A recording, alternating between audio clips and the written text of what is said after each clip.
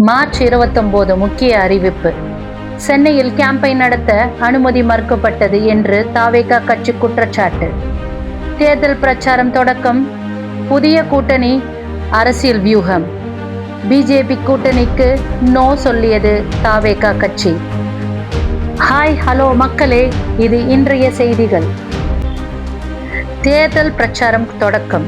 நடிகர் விஜய் தலைமையிலான டிவிகே கட்சி பெரம்பூர் பகுதியில் அதிகாரப்பூர்வமாக கேம்பெயின் தொடங்கியது.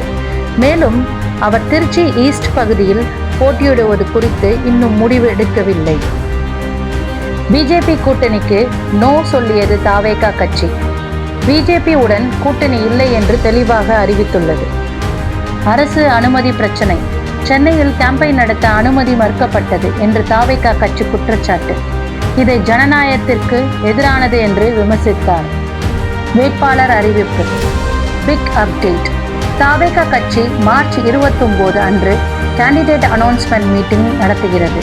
இது தேர்தலுக்கான மிக முக்கியமான ஸ்டெப்.